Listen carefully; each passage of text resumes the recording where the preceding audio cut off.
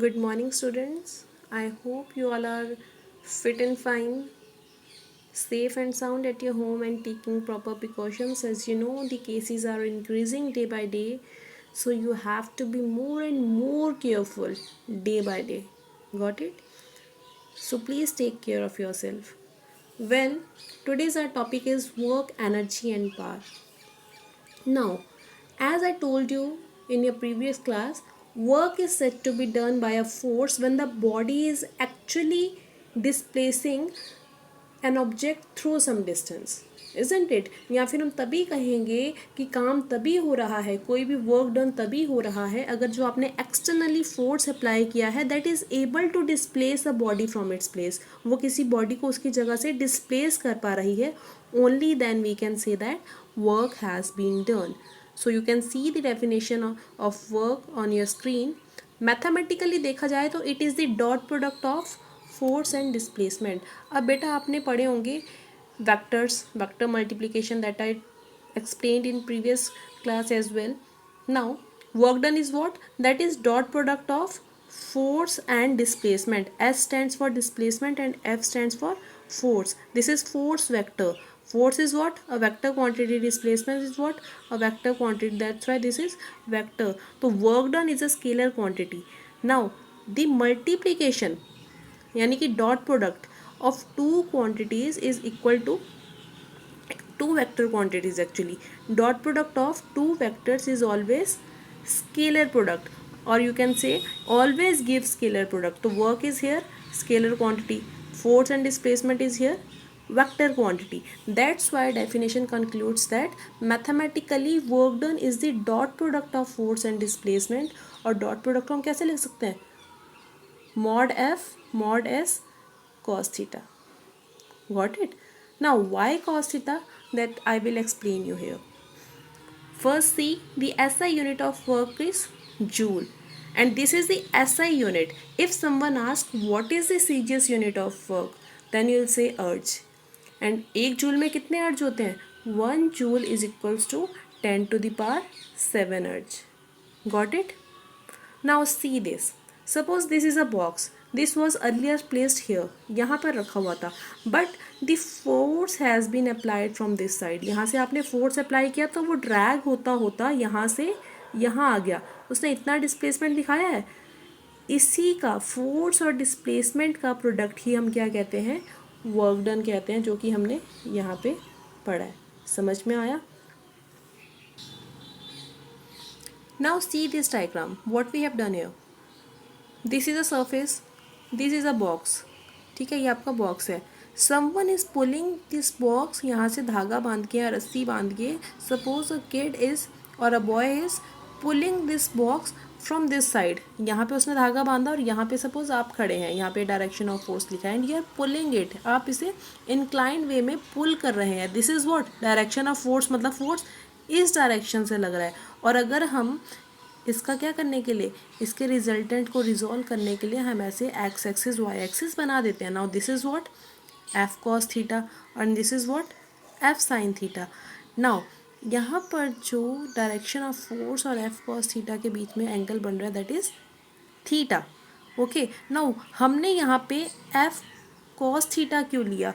F cos theta क्यों लिया? Why not sine theta? Because the body is being dragged in this direction. यहाँ पे F sine theta का तो कोई रोल ही नहीं है. ठीक है, आप इस डायरेक्शन में फोर्स लगा रहे हैं and body is being dragged इधर in the direction of force. जिस डायरेक्शन में फोर्स लग रहा है उसी डायरेक्शन में आप बॉडी को क्या कर रहे हैं? ड्रैग कर रहे हैं. इधर से खींचेंगे तो इधर ही तो जाएगा बॉडी, इधर तो जाएगा नहीं. So the only vector, the only resultant vector that is playing roll over here, जिसका यहाँ पे काम है, जो रोल प्ले कर रहा है, जो एक्शन में आ रहा है, that is F cos theta. That's why हमने क्या लिया? F cos theta. और सपोज यहाँ से वो यहाँ आ जाता है, जो कि वो डिस्प्लेसमेंट शो करेगा, दैट इज़ व्हाट? एस. ऐसा आपका डिस्प्लेसमेंट हो जाएगा. That's why we have concluded the formula that work is always equal to F cos theta dot S. ठीक है, ना इसका डॉट प्रोडक्ट होगा. ये तो सिर्फ आपको समझाने के लिए बताया है कि ये मल्टीप्लाई होगा इससे, बट इसका क्या फाइंड करते हैं? वेक्टर का डॉट प्रोडक्ट फाइंड करते हैं. Got it? Now see next, vector multiplication we have studied.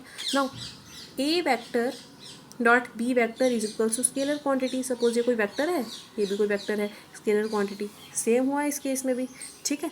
Now that is A mod B mod cos theta. Now dimension of work, as I told you earlier as well, ये question बेटा बहुत ज़्यादा आता है। कल NEET का exam था and you won't believe I saw the same question, what are the dimension of work and what are the dimension of stress।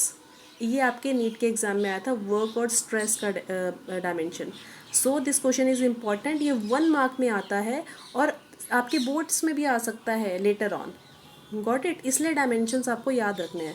Now work done is always equal to force into displacement.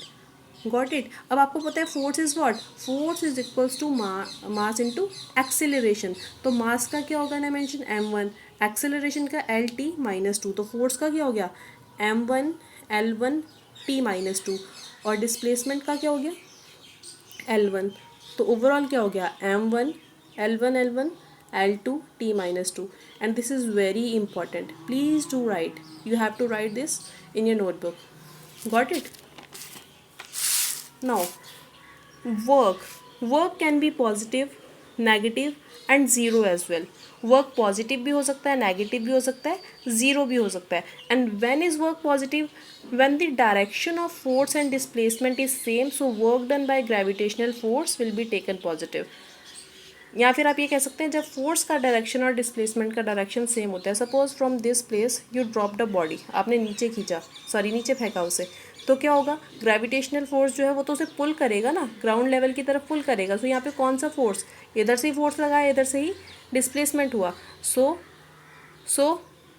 इसे हम क्या बोलेंगे, work done is positive. और कब होगा, जब theta जो है वो 90 डिग्री से क्या होगा, छोटा होगा।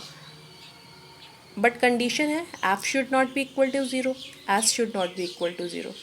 Got it. Now work done negative कब होगा, frictional force, you can write, you can walk, ठीक है। ये क्यों है, this is just because of friction. Now what is friction, that you have to find, that I will ask while taking class, right.